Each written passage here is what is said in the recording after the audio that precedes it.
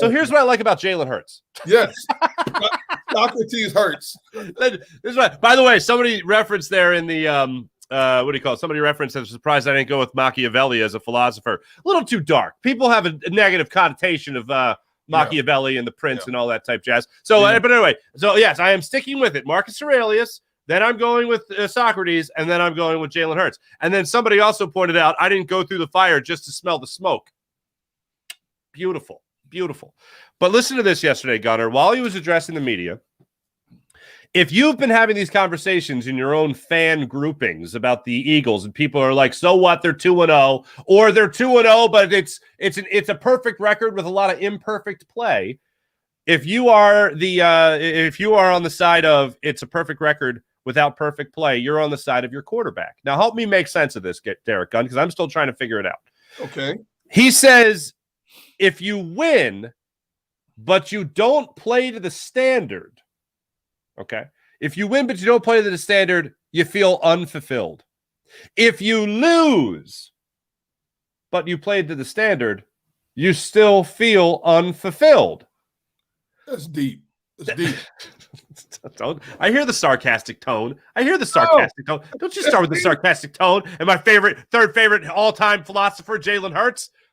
He's saying he's never satisfied. The only way he's going to be satisfied is when he wins a Super Bowl. And even then, if he wins the Super Bowl, he's going to want another Super Bowl. So for him, it's always the pursuit of perfection with still realizing you're never going to obtain perfection. But the pursuit of it is what makes the difference. That's beautiful to me. And here's the thing. It's not just talk. It's not just something that he wants on a T-shirt. It's not just marketing. It's not a brand.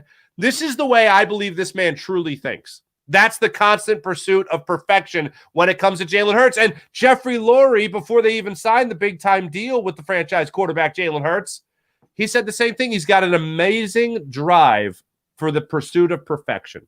And that is, I think, the greatest thing any owner of a team can say about one of his athletes is what Jeffrey Lurie had to say about Jalen Hurts this past offseason. And I believe it to be 1,000% true. I will answer you in this regard, my distant stepbrother. That is deep for a young man who is 24, 25 years old. He is well beyond his years in thought.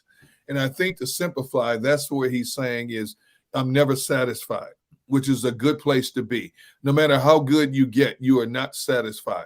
The truly great ones are never satisfied with accomplishments they currently make. They are always thinking ahead of the curve. And I get what he's saying. Okay, we're 2-0, but we're not living up to our standard of what we were a season ago. And that's understandable, which means once they get this thing right, that's when we're going to see this machine really take off. I get that. I understand it. But I will also counter with this.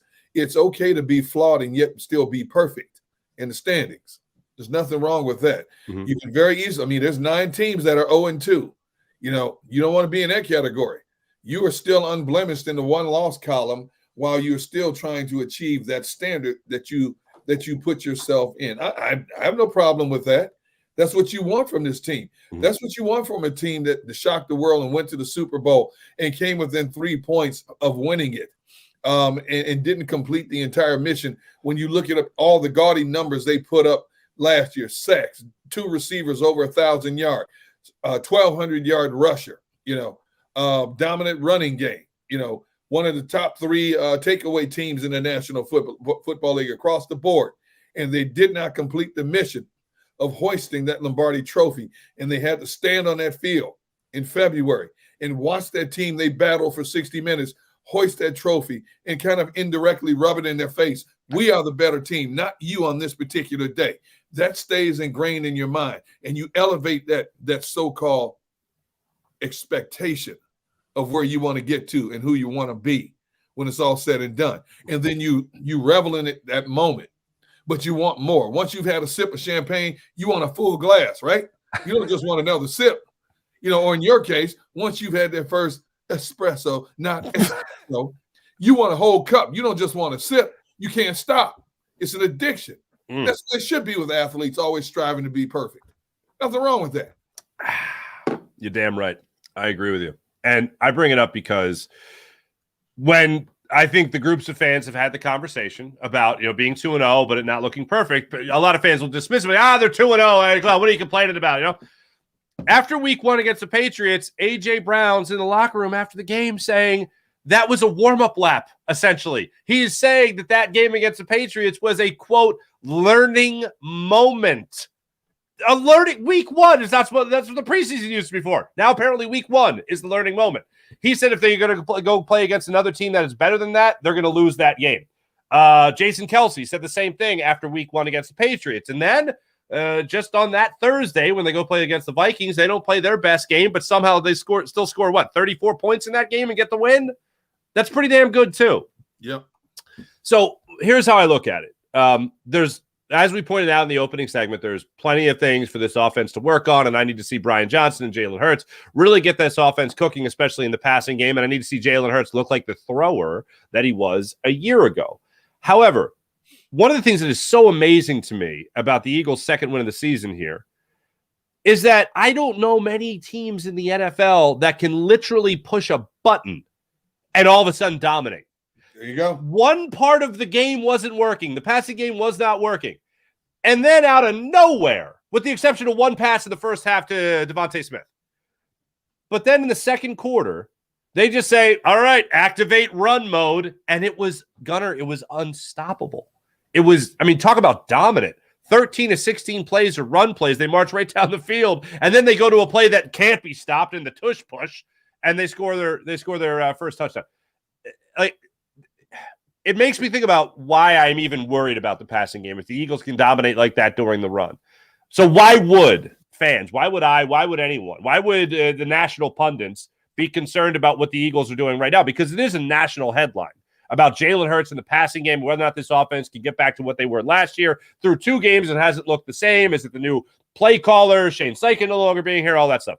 So when you think about it, why should we be concerned? Is it just because the general statement of the NFL is a passing league and you got to throw to win? And we know that even going back to Doug Peterson, when the Eagles were dominating in the run game and they struggled in the passing game, Jeffrey Lurie's questions to Doug Peterson, well, how come you didn't pass more? Because, it's a passing league. And that was after a game they had where they beat the Packers in Green Bay. Oh, but why didn't you pass more? So why are we so concerned? Is it because of, in case of emergency, break glass in the fourth quarter, you're going to need to throw the football? Why are we so concerned? Why are people so concerned about the passing game when the run game can still be so dominant? Because that passing game was so lethal last year.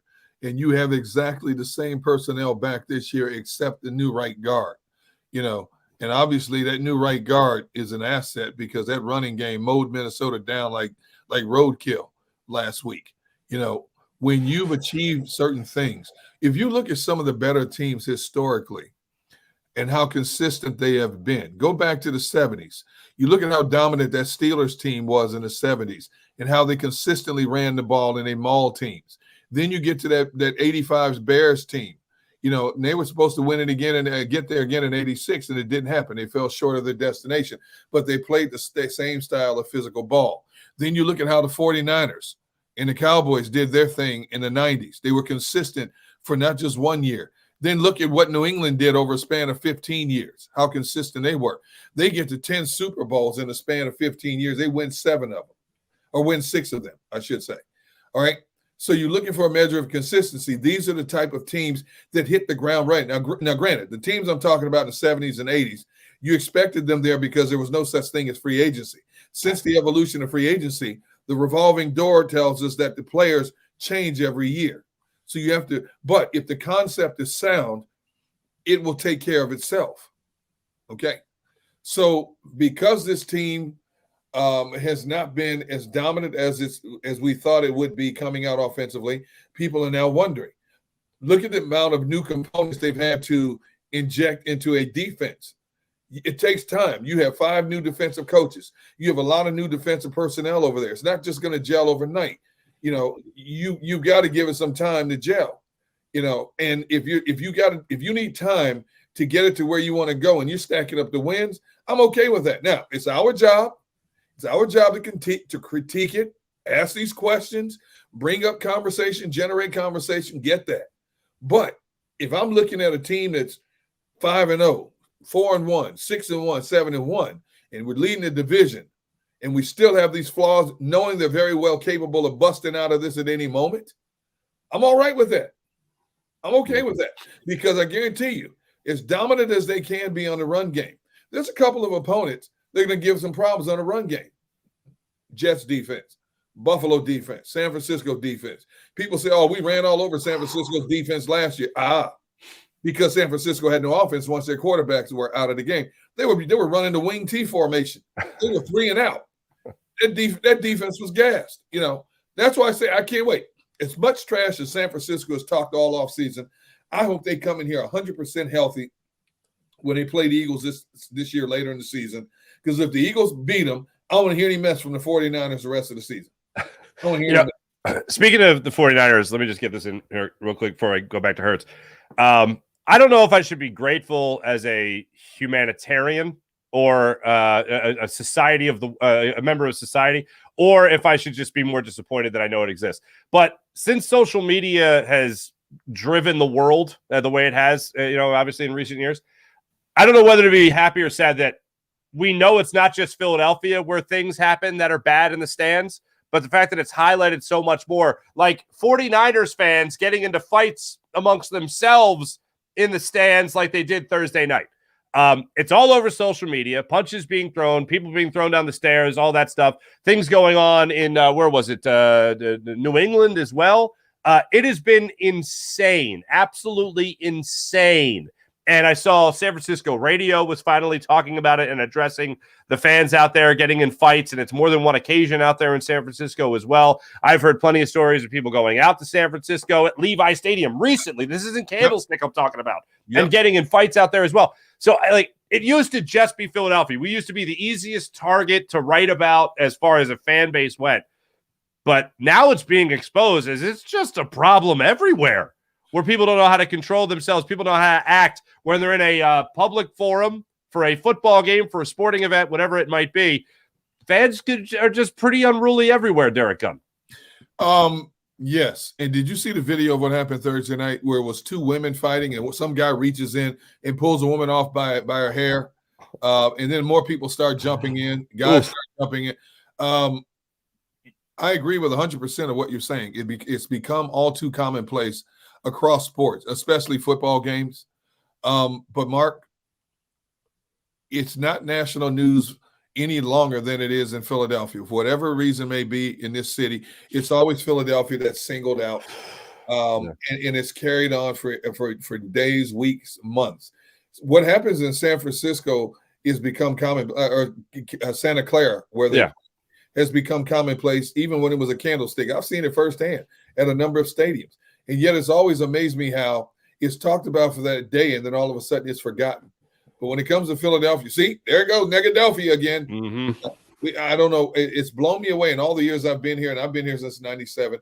I've never understood why Philadelphia gets this consistent black eye when it comes to little things that go wrong that are magnified here. When it comes to people actually fighting in the stands, you know what I would do? I wouldn't ban them for just a game or a season. You're banned for life. Mm-hmm. Because you could put somebody, you could have put innocent, you can very easily, with swinging a roundhouse right or left, accidentally cold cock the wrong person, accidentally hit a kid. You know what? A lot of people pay good money to go to yell for their team, to just maybe in jaw jack with the opposition in a harmless way. But you guys get out there thinking that Joe Frazier and Muhammad Ali swinging at people. And I've seen some fights where people have gotten seriously hurt, knocked out in their seat. Those are the kind of people that should not be allowed. First of all, I've always said you should be. We've seen enough of this. You should ban alcohol from a game, from a stadium, from a football stadium. People drink enough in the parking lot to get sauced up and jacked up to go in a stadium. They don't need any more kerosene to put on the fuel once they get inside the stadium. They really don't. And I understand beer is a big money maker for football stadiums. Alcohol in general, big money maker, probably the biggest money maker out of everything you sell in a football arena. Oh, absolutely. They're not making that on nachos. But see, I believe with what the real zeal is saying, won't change until the NFL gets sued for big money. Mm-hmm. I agree. That's what has to happen. Or until somebody gets killed on camera in a stadium. Mm-hmm. Yeah. That's I hate to say that, but right. I don't think you should sell alcohol in a football game. because you have too many immature grown-ups who bring their families in, who bring their kids in, who initiate this stuff. Some people go to games, Mark, just to be disruptive. Oh, absolutely. And absolutely. And the counter argument to it would be that people are still going to drink more in the parking lot. That'll be the thing. And yeah, if you get caught with a case of beer, you get caught with alcohol, you'll be thrown out. But I don't think with the sponsorship tie-ins, the NFL is ever going to get out of the alcohol. I don't think they're ever going to get out of the alcohol game. And then the other argument is, well, hold on. I go to a game, I have a couple of beers, and I'm fine. I don't do anything crazy. I scream and yell for my team, and that's it. And I might have a friendly back and forth with an opposing fan wearing the opposing colors. So why are those people going to ruin the fun for everybody? Well, the argument then in the other way is this fan that died at the Patriots game. They apparently had a medical issue. No traumatic injuries were shown in the autopsy. This was in the Dolphins Patriots game in New England last week. It was a 53-year-old man who died on Sunday.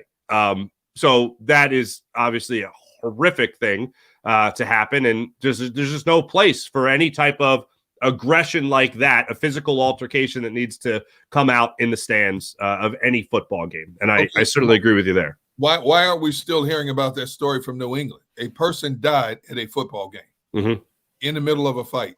If that was Philadelphia, it would be national news all week long on every platform across America. I don't doubt it. You know what I'm saying? And somebody just quoted only a small percentage are a-holes. That is correct. That is very true. That small percentage should be eliminated.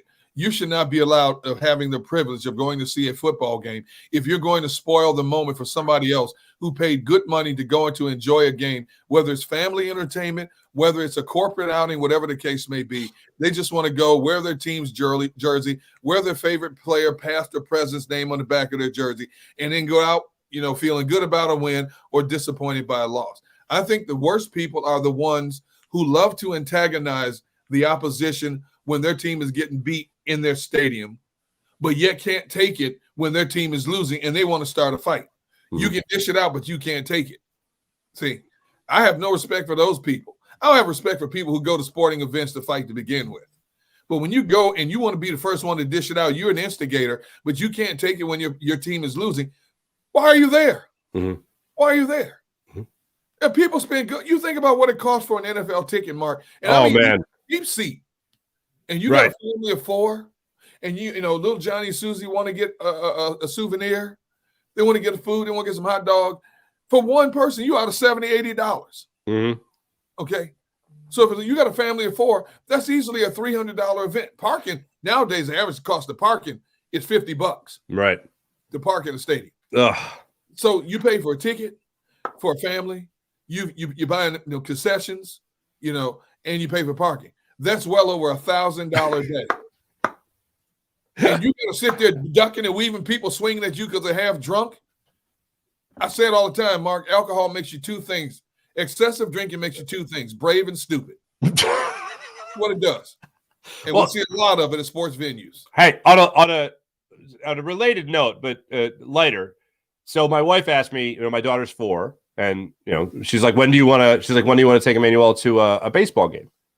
And I was like, when she wants to watch a little bit of it on TV. Like I feel like that's a good barometer. You tell me if I'm wrong on that. You've been through it. Like I'll say things like she likes to go in the backyard and she likes to hit off a tee. She has a little tee-ball set, she likes to hit the ball. So she'll like that. So I try to relate it to something that she already knows. Like Nick Castellanos hits a home run last night, 454 feet. I'll be like, hey, look how far he hit the ball, And she'll come in the room and she'll be like, and then she leaves. Like that's the extent. That's it. Yep. So I think I don't want to take her or my son, who's a year and a half. I don't want to take them to a game yet, simply because they don't have I want them to have some interest.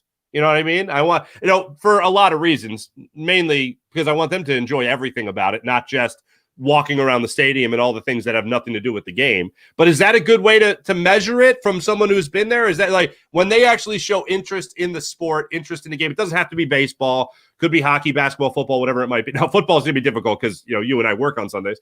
Right.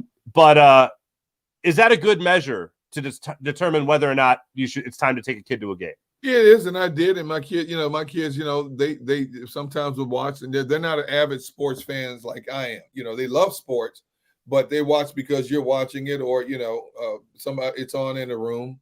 But I would take them to games just as a family outing, more so than anything else, just so they could feel the ambiance. But, you know, Mark, I'm well documented. I don't go to games because I don't want to go 2 hours before kickoff and sitting in traffic bumper to bumper trying to get a parking spot and then have to leave before the fourth quarter is over because I'm trying to beat the rush out of the stadium. You know, to me, I didn't get my money's worth, especially if it's your team or the opposition with the ball in their hands on that final drive. Because think about it, by the time you walk out of the stadium, get to your car, get in your car, you've missed probably 10 good minutes of what actually has happened in a football game. You know? See, I love some of my favorite memories, though, as a kid, are going to games. And it would be the rare occasion where there was plenty of time, where like we weren't like my dad wasn't getting home from work and then picking us up and then going to the game. You know, it wasn't like a rush situation. But hey, when we knew on a Saturday afternoon we were going to the vet and we could go down there, we'd hit a breakfast spot, we'd mosey around 9th Street a little bit, and then we'd head down, you know, further down South Philly to the sports complex, and we'd sit there and watch a little batting practice, right? And then, you know, we'd take in the game. But the days where you had to rush, sit in traffic, miss the first 2 innings, oh, that sucked. That was terrible. Absolutely terrible. Dude, I can't even begin to tell you in all the years I've covered football, and I've been in every stadium in America multiple times, how many times you will see fights breaking out in the parking lot during tailgate parties. That starts at the tailgate, first of all. You know, people get brave. You know, it's like a wolf pack. You know, wolf pack gets braver in numbers. Yes, of course. Hyena pack. You know, on their own, they're kind of timid. But once they get some of their boys around, they get braver. And all of a sudden, it escalates into the Civil War. Okay? Then you get in the stadium, and you're jacked up. And all of a sudden, you see somebody walk in with the opposing color. And you just want to boo, and you want to taunt them the entire game. All I want to do is sit and enjoy the game. Why I got to deal with you? Just because you don't know how to control yourself, you know, in a game. Yeah. One of the biggest travesties for a sports fan who wants to enjoy sports is that you got to deal with these knuckleheads, you know. And I'd be lying if I said that didn't play a factor, you know, in just taking my kids to a game at this point. Because they're at, you know, Emmanuel's at the age, she's 4. Like I said, she's 4. She's at the age where there might be a little curiosity. It'd be a fun family outing, as you said. But, man, it's like, it's got to be a day game. Like, it can't be anything like a night game or anything like that on a weekend or something. I don't know. It definitely factors into the decision to take them down or not. But I don't go to games. See, I want to go. That's the thing. I want to go. I would go. I love going to games. Here's a kicker. On road games, I would, you know, obviously, you know, me and my crew, we'd have to set up in the tunnel outside the locker room, you know, a good 5, you know, when there's like 5 minutes left in the game, which is still a good 15, 20 minutes to get ready for post-game interviews. Like clockwork, Eagles fan who was on the road visiting comes down, and I can honestly say this, at least 98% of the games when I've covered road games in the time I've been in Philadelphia, an Eagles fan will come down in handcuffs and will walk past me and say, D-Gun, tell them about how bad they treat Eagles fans in Tampa or in Green Bay or Minnesota. And I'm thinking, why'd you put yourself in that position to begin with? What do you want me to do? To say fans are unfair because they broke up a fight that you were involved in? And it's unfair they got you and the other dude in handcuffs? Yeah. No, I'm saying, you know what? You're the knucklehead because you spent your money for a plane fare, hotels, food, ticket, parking, rental car to come down here wherever you are, Dallas, Arizona, Los Angeles, to get thrown in jail before the game was over. Who's the fool? Who's the fool? I would say that person's the fool. That person is the fool. There it comes. That person is the fool. Hey, coming up, there is a situation going on in South Philly tonight that does involve fans and what they are going to do with Scott Rowland night in South Philadelphia at Citizens Bank Park. Not only do we hope the Mets drop this second game and the Phillies take this second game of the 4-game series, we're also waiting with great anticipation to see what happens between the fan reaction and Scott Rowland tonight. We'll get into that conversation. We'll also get into the conversation regarding Jalen Hurts and why I am not all that concerned about the Eagles and the run game. Because I know a lot of people will say, well, what's it mean when it comes to crunch time with Jalen Hurts and you got to throw the ball in the fourth quarter? We'll go back to that conversation. I'll tell you why I feel fantastic about Jalen Hurts in the fourth quarter of these games. We'll get into this Tampa Bay Buccaneers game coming up. And Gunnar, I got to share something. I don't even know if I've told you this story, but it is a very fond memory I have. On the field at, Raymond James Stadium there in Tampa? Yep. I have to tell you a memory I have when I was on that field in 2008. I'll tell you that story a little bit later in the show. Also, Gunnar, you want to get into this. Teams that are 2-0 and 0-2. Who's going to lose of that bunch this week and who's going to win of that bunch this week? We'll get into that as the show goes on. This is Sports Take. My name is Mark Farzetta. I'm in for Rob Ellis. That's Derek Gunn, of course. We'll be right back here on the JAKIB Media Sports Channel.